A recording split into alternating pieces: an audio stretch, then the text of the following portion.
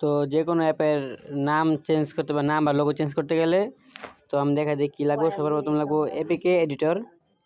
তো এপিকের এই যে এপিকে এডিটর তো ইনস্টল করে নিবা। ইনস্টল করার পরে তোমার সিলেক্ট করতে হবে তোমার কি আগে থেকে এপিকে মানে ইনস্টল করা আছে ফোনে নাকি এপিকে।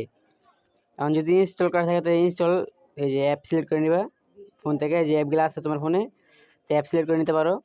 আর যদি এপিকে ফাইল থাকে, যেমন এটা আমি সিলেক্ট করি যে গ্যালারি হ্যাকবট, এটা আমি সিলেক্ট করলাম। তারপরে এখানে ক্লিক করবা কমন এডিট এর উপর ক্লিক করার পর এই যে অ্যাপের নাম আর অ্যাপের লোগো মনে রাখবো যে অ্যাপের নাম পিএনজি সাইজ হইতে হবে, মানে পিএনজি হইতে হবে, জিপিজি বা অন্য কোনো হইলে হইব না। তো আমি দেখা যায় এটা কি। তো ডাউনলোডে যাওয়ার পরে তো আমি একটা ফোল্ডারে যাই ফটো, তারপরে এই যে ফটোগুলো আছে পিএনজি সাইজ না, তো এটা কিন্তু এই যে জিপিজি সাইজ থাকে অনেকগুলো, যে আমি দেখাই এই যে এটা কিন্তু জিপিজি সাইজ। হ্যাঁ এই যে কই যায় নাম দেখাই, এই যে রিনেম জিপিজি লেখা আছে সাইজ জিপিজি। এটা অন্য যে কোনো ফরম্যাটেই থাকুক এই ফটোটা, এটা কি করতে হবে পিএনজি লিখে তারপর সেভ দিয়ে দেবে, শেষ।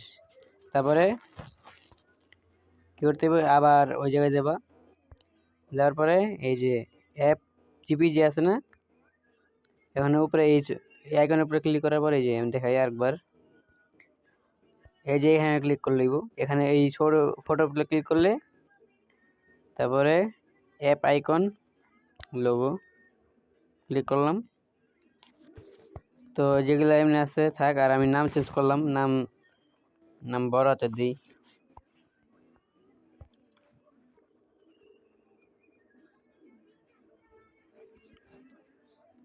ইনস্টল,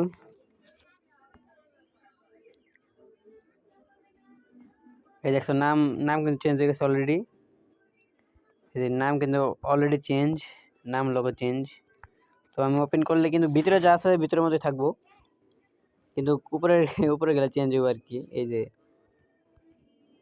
চেঞ্জ হয়ে গেছে কিন্তু, তো ভিতরেও এই চেঞ্জ হয়েছে, এই ফটোটা চেঞ্জ হয়েছে আর কি।